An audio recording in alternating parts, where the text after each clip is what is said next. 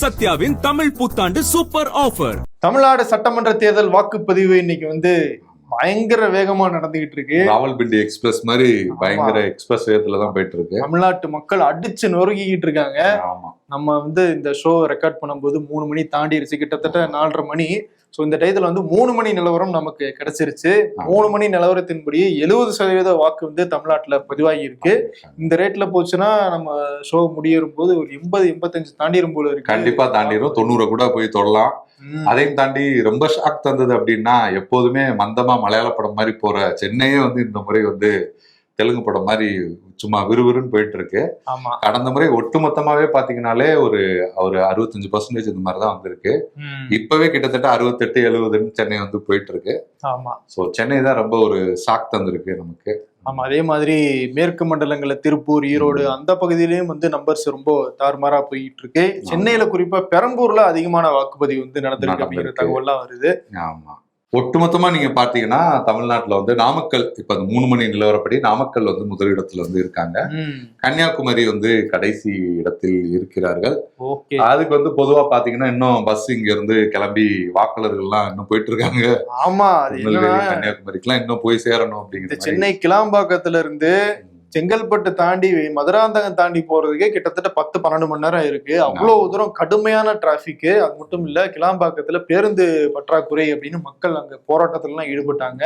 நேத்து மத்தியானம் சென்னையில இருந்து கிளம்பணும்னு முடிவு பண்ணவங்க டிராபிக்ல மாட்டி காலையில திரும்பவும் நம்ம இதுக்கப்புறம் ஊருக்கு போய் ஓட்டு போட முடியாது, இங்க நெல்லை தூத்துக்குடிக்கெல்லாம் முன்னா டைம் ஆகும், அதனால எதுக்கு திரும்பி வீட்டுக்கே போலாம் அப்படின்னு நிறைய பேர் திரும்பி வர்றதையெல்லாம் நம்ம பார்க்கும்போது பஸ்ஸஸ் இன்னும் நிறைய ஏற்பாடு பண்ணிருக்கலாம் அப்படின்னு மக்கள் குற்றச்சாட்டு வச்சாங்க. போதிய பேருந்துகள் இல்ல, ஏன்னா தீபாவளி பொங்கல் நேரத்திலேயே கூட பேருந்துகள் நிறைய கிடைக்கும், எப்படியா கஷ்டப்பட்டாது போயிடுவோம், இவ்வளவு தூரம் வெயிட் பண்ணியுமே எங்களால போக முடியல அப்படின்னு அவங்க சொல்றாங்க.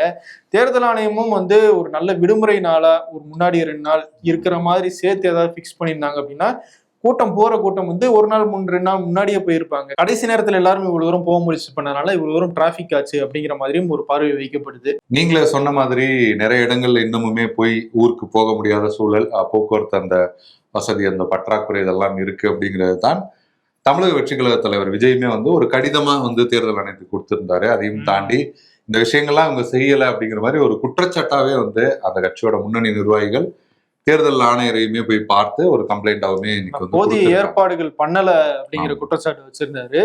இப்ப அதை சரி செய்யற வகையில தேர்தல் வாக்களிக்கும் நேரத்தை இன்னும் 2 மணி நேரம் நீட்டிக்கணும். இப்ப 6 மணியோட முடியுது அப்படின்னா 8 மணி வரைக்கும் அதை நீட்டிக்கணும் அப்படின்னு விஜய் வலியுறுத்தி இருக்காரு. ஆனா தேர்தல் ஆணையம் தரப்புல இருந்து இப்ப வரைக்கும் நீட்டிக்கிறத பத்தி எதுவும் சொல்லல. ஆனா 6 மணிக்கு வாக்குப்பதிவு முடியுது அப்படின்னா முடியற நேரத்துல எவ்வளவு வாக்காளர்கள் இந்த வாக்குச்சாவடிக்குள்ள இருக்காங்களோ அவங்களுக்கு மட்டும் டோக்கன் கொடுத்து வாக்களிக்க அனுமதிப்போம் அப்படிங்கறத தேர்தல் ஆணையம் சொல்லியிருக்காங்க.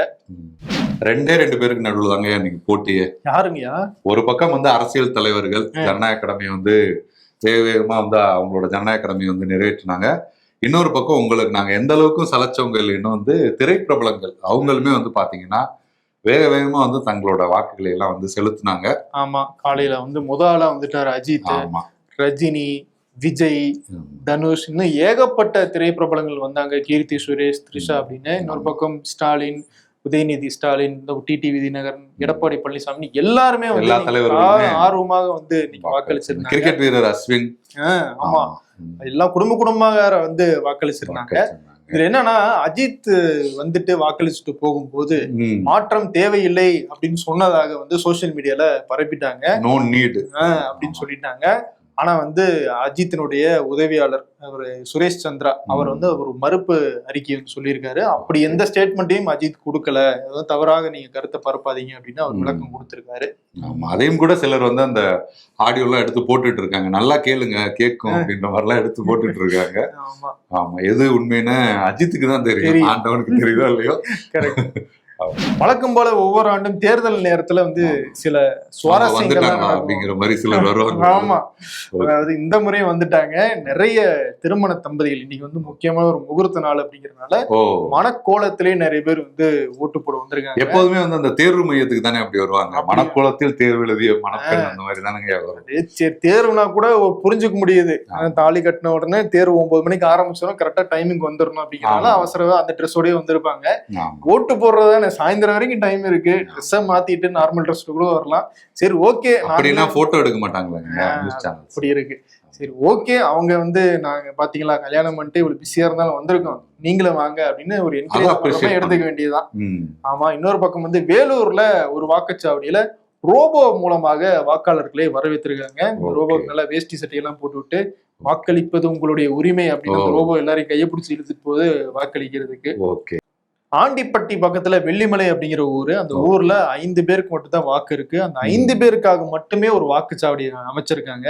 அதுல 4 பேர் காலையில முதல்ல வந்து ஓட்டு போட்டாங்க. ஒருத்தர் மட்டும் நான் வரும்போதுதான் வருவேன் அப்படின்னு சொல்லி ஃபுல்லா வந்து வெயிட் பண்ண வச்சு லேட்டா வந்து ஓட்டு போட்டதா சொல்றாங்க. இந்த மாதிரி ஏகப்பட்ட சுவாரஸ்யங்கள் வந்து இன்னைக்கு நடந்திருக்கு. இதே சூழல்ல இன்னொரு விஷயங்களுமே தமிழ்நாட்டுல வந்து நடக்குது. ஒரு சில இடங்கள்ல தேர்தல் புறக்கணிப்பு அப்படிங்கிறதையும் ஒரு சில கிராமங்கள்ல வந்து நடந்திருக்கு. நாங்குநேரி பெரும்பத்துல வந்து அந்த இரட்டை கொலை, அதுக்கு வந்து நீதி கேட்டு வந்து அந்த மக்கள் வந்து தேர்தலை வந்து புறக்கணிச்சிருக்காங்க. அதே போல வேங்கை வயல் அந்த மக்களுமே தங்களுக்கு நிகழ்ந்த அநீதிக்கு வந்து இன்னமுமே தீர்வு கிடைக்கல அப்படின்ற மாதிரி அந்த மக்களுமே புறக்கணிச்சிருக்காங்க. ஏன்னா வேங்கை வயல்ல கடைசி வரைக்கும் போலீஸோடைய கண்ட்ரோல்ல தான் இப்பயும் இருக்காங்க. யார் உள்ள போனோம் வெளியே வரணும்னாலும் அவங்களுடைய ஸ்கேனிங்கை தாண்டி போக முடியல அப்படிங்கிற ஒரு உளவியல் ரீதியான பிரச்சனையிலேயே அந்த மக்களை வச்சிருக்கனால அவங்களும் இதை புறக்கணிச்சிருக்காங்க. இன்னொரு பக்கம் சென்னையில ஒரு பெண் வந்து வாக்களிக்க போயிருக்காங்க. ஆனா அவங்களுடைய பேர்ல ஏற்கனவே ஒருத்தர் வந்து வாக்களிச்சிட்டாரு. இப்ப என்ன பண்றதுன்னு தெரியல அப்படின்னா அவங்க தேர்தல் அதிகாரிகிட்ட கேட்கும்போது, கவலைப்படாதீங்க, உங்களுக்கு வேற ஒரு வழி இருக்கு. 49P அப்படிங்கிற ஒரு ஃபார்ம் இருக்கு, ஒரு செக்ஷன் இருக்கு. அந்த செக்ஷன் கீழே நீங்க ஃபார்ம் ஃபில் பண்ணி கொடுத்து ஓட்டு போடலாம் அப்படின்னு அவங்களுக்கு ஒரு பிங்க் ஃபார்ம் கொடுத்து அதுல நீங்க யாருக்கு ஓட்டு போடணும் அப்படிங்கிற அந்த பேலட்ல தான் அவங்க ஓட்டு போடணும். சோ அதை கொடுத்து அவங்களுடைய ஓட்டு வந்து வாங்கி வச்சிருக்காங்க. அதை பரிசீலனைக்கு பிறகு வந்து அதை எடுத்துக்குவாங்க அப்படின்னு சொல்றாங்க. தேர்தலில் இவ்வளவு சுவாரஸ்யங்கள் இருந்தாலும் இன்னொரு பக்கம் அடிதடி போராட்டங்களும் நடந்திருக்கு. ஆமா, அது எப்போதுமே சலசலப்புகள் வந்து தேர்தல் களம்னாலே இருக்கதானே செய்யும். ஆமா, அது காலப்போக்கில் குறைஞ்சிட்டே வந்திருக்கு அப்படிங்கிறது தான் அதுல வந்து ஒரு ஆரோக்கியமான விஷயம். இப்ப பாத்தீங்கன்னா 1000 விளக்கு தொகுதியில வந்து திமுகவினர் வந்து டோக்கன் கொடுக்குறாங்க வாக்காளர்களுக்கு அப்படின்னு சொல்லி வேட்பாளர் முன்னாள் அமைச்சர் வளர்மதி, அவங்களோட கணவர், அவங்களோட ஆதரவாளர்கள் வந்து தர்ணா அந்த மாதிரியான விஷயங்கள்ல வந்து ஈடுபட்டிருக்காங்க. இந்த மாதிரி நிறைய இடத்துல நடந்திருக்கு. இன்னொரு பக்கம் என்னன்னா வினோதமா நிறைய பேர் முன்னாடியே சொல்லியிருந்தாங்க தேர்தல் ஆணையம் தரப்புல இருந்து, யாரும் ஓட்டு போடுறத செல்ஃபி எடுத்து வெளியே வீடியோவா போடக்கூடாது, ஓட்டிங் போட்டுக்குள்ள வந்து நீங்க போனே எடுத்துட்டு போக கூடாது அப்படின்னு வெளியே டோக்கன் வாங்கி வச்சுக்கிட்டு இருக்காங்க. ஆனா திருப்பத்தூர்ல சக்திவேல் அப்படிங்கிற தாவைக்கா நிர்வாகி அவர் என்ன பண்ணிருக்காருன்னா ரகசியமா போன் எடுத்துட்டு போய் பாத்தீங்களா நான் ஓட்டு போட்டேன் அப்படின்னு செல்ஃபியை வேற எடுத்து அதை வீடியோவா சோசியல் மீடியால போட்டு அது வைரல் ஆகிருக்கு. இதை எடுத்து அவரை வந்து அரெஸ்ட் பண்ணிருக்காங்க. ஓகே, ஏன்னா அவரு குறியீடா கூட வெளிப்படுத்திருக்கலாம். இன்னைக்கு பாத்தீங்கன்னா நிறைய பேர் அந்த வெள்ளை சட்டை காக்கி பேண்ட் எல்லாம் போட்டு வந்தாங்க. அதனால ஸ்டாலினே அந்த ட்ரெஸ்ல தான் போட்டு வந்தாரு. இதுவும் அது குறியீடா போட்டுட்டு இருக்காரு. இன்னைக்கு போட்டவங்க தான் அது குறியீடுன்னு நினைச்சுக்கிறாங்க. அதே மாதிரி மதுரையிலையும் வாணியம்பாடியிலையும் சரி தாவேகாவினர் திமுகவினர் இடையில வந்து கைகலப்பு ஏற்பட்டிருக்கு. போலீசார் தடியடி நடத்தி வந்து கலைச்சிருக்காங்க. திமுகவினரை கைது பண்ணணும் அப்படின்னு தாவிக்க சேர்ந்தவங்க வந்து சாலை மறியல் தான் ஈடுபட்டு இருக்காங்க. இந்த மாதிரி சம்பவங்கள் நடந்திருக்கு. திருவண்ணாமலை மாவட்டம் கீழ்பாலூர் அப்படிங்கிற இடத்துல இருந்த வாக்குச்சாவடியில சுயேட்சை வேட்பாளர் ஒருத்தர் வந்து வாக்குப்பதிவுல முறைகேடு நடக்குது அப்படின்னு சொல்லி குரல் எழுப்பியிருக்காரு.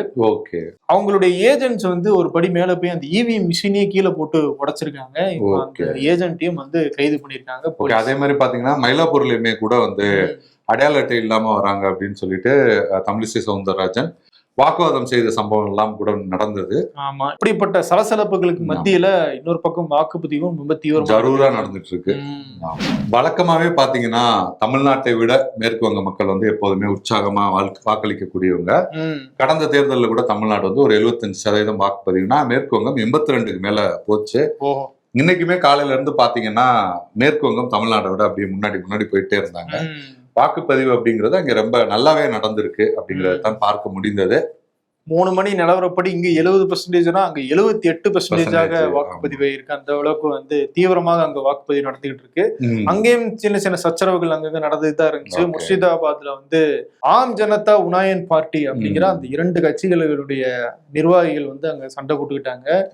கடுமையான தாக்குதல் எல்லாம் நடந்திருக்கு. போலீசாரும் வந்து தடியடி நடத்தி வந்து கலைச்சிருக்காங்க. இந்த மாதிரி சலசலப்புகள் நடுவுல அங்கேயும் தீவிரமான வாக்குப்பதிவு நடத்திக்கிட்டு இருக்கு. அமெரிக்க அதிபர் டொனால்டு ட்ரம்ப் இவர் வந்து எல்லா நாட்டையும் பத்தி எல்லா நாட்டினுடைய தலைவர்களையும் பத்தி அவமதிப்பா பேசுறது வந்து புதுசு கிடையாது. ஆமா, என்னன்னா திரும்பவும் இந்தியாவை பத்தி அந்த மாதிரி ஒரு கருத்தை வந்து அவர் பகிர்ந்திருக்காரு. அவருடைய நேரடியான கருத்து கிடையாது. ஆனா அமெரிக்காவில் இருக்கிற ஒரு ஃபேமஸான ஒரு ரேடியோ ஹோஸ்ட். அவர் பேர் வந்து மைக்கேல் சாவேஜ். ஓகே. அவர் இந்த அமெரிக்காவில போய் குழந்தை பெற்றுக்கொள்கிற மற்ற நாட்டு சிட்டிசன்ஸ் இருக்காங்கல்ல, அவங்களுடைய குழந்தைகள் வந்து அமெரிக்கால பிறக்குதுன்றனால அமெரிக்காவுடைய சிட்டிசன் அதை கண்டிச்சு வந்து அவர் பேசியிருக்காரு. அப்ப அவர் அதுல பேசும்போது இந்தியா, சைனா போன்ற நாடுகள்ல இருந்து இந்த மாதிரி 9வது மாசத்துல இருந்து அமெரிக்காவுக்கு வந்து குழந்தை பெற்றுக்கிறாங்க. அப்படி சொல்லும் போது இந்தியாவையும் சைனாவையும் ஹெல் ஹோல் அப்படிங்கிற ஒரு வார்த்தையை சொல்றாரு. சோ அது வந்து ஒரு அவமதிக்கத்தக்க ஒரு வார்த்தை தான். அந்த வார்த்தையை அப்படியே வந்து அவர் பேசின எல்லாத்தையுமே அந்த டிரான்ஸ்கிரிப்டை எடுத்து டொனால்ட் ட்ரம்ப் தன்னுடைய ட்ரூத் சோஷியல் மீடியாவில பதிவு பண்ணியிருக்காரு. அவர் நேரடியா சொல்லனாலும் வேற ஒருத்தர் சொன்னதை பகிர்ந்ததன் மூலமாக டொனால்ட் ட்ரம்ப் இந்தியாவை அவமதிக்கிற மாதிரி தான் பேசியிருக்காரு அப்படிங்கறத இன்னைக்கு வந்து பெரிய பேசுபொருள். அதுல என்னன்னா, அந்த அமெரிக்காவுக்கான தேவையான தொழில்நுட்பம் சார்ந்து அந்த திறமையோட தான் நிறைய இந்தியர்கள் வந்து அங்க வந்து போறாங்க. அதுக்கான வளர்ச்சியை நாங்க தானே கொடுக்கணும் அப்படிங்கறத இந்தியர்களும் சரி. உங்க குழந்தை எங்க விட்டுட்டு அவங்க அங்க இருப்பாங்களா?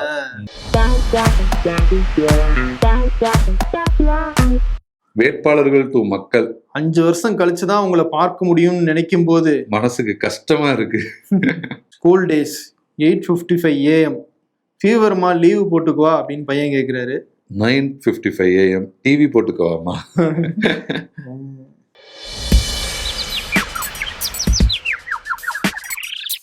அன்லிமிட்டெட் மீல்ஸ் வாங்கினா லிமிட்டடா சாப்பிடுறதும், லிமிட்டெட் மீல்ஸ் வாங்கினா அன்லிமிட்டெட் அளவு சாப்பிட பசிப்பதும் இதுதான் டிசைனும் எனக்கு நடக்குங்க.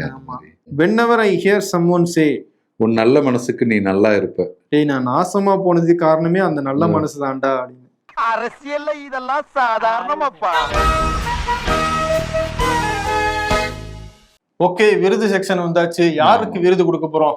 இவ்வளவு கொளுத்தும் வெயிலையும் கூட இதுக்கு முன்னாடி எல்லாம் லீவ் விட்டா, அதாவது தேர்தலுக்காகவே லீவ் விட்டா கூட அப்பாடா இன்னைக்கு நமக்கு ரெஸ்ட் எடுக்கிறதுக்கு ஒரு நாள் கிடைச்சிருச்சு அப்படின்ற மாதிரியான மனநிலையெல்லாம் தாண்டி இன்னைக்கு வந்து கியூல நின்று கூட்டமா போய் வாக்களிச்ச தமிழக மக்களுக்கு, வாக்காளர்களுக்கு தான் அந்த விருது. நிச்சயமா, ஏன்னா நிறைய பேர் 2000-3000 பிரைவேட் பஸ்ல டிக்கெட் எல்லாம் போட்டு வாக்களிச்சிருக்காங்க. இன்னும் வெளிநாட்டுல இருந்தெல்லாம் வந்து நிறைய பேர் டிக்கெட் போட்டு வந்து வாக்களிக்கணும் அப்படின்லாம் வந்திருக்காங்க. நீங்க வாக்களிச்சிட்டீங்களா? நான் வாக்களிச்சிட்டேன். நான் போகணும் ஊருக்கு. நீங்க இதுக்கப்புறம் தான் போகணும். போயிருவீங்களா? 1 மணி நேரம் தான் பக்கத்துல. ஓகே, நாளைக்கு நோட் பண்ணுங்க மக்களை, கையில இருக்கான்னு. ஓகே, அதனால தமிழக வாக்காளர்களை கண்டிப்பா நம்ம பாராட்டியே தீரணும். இது வந்து இப்ப மட்டும் இல்ல, எல்லா தேர்தல்களையும் நம்ம வந்து கரெக்டா நம்மளுடைய உரிமைகளை வந்து நிலைநாட்டணும் அப்படிங்கிறத அவங்களுக்கு வந்து சொல்லிக்கிட்டு சூப்பர் அப்பு அப்படிங்கிற அந்த விருதை கொடுத்துட்டு கிளம்பலாம். சிறப்பா கிளம்புவோம். நன்றி. உங்கள் சத்யாவின் தமிழ் புத்தாண்டு சூப்பர் ஆஃபர்.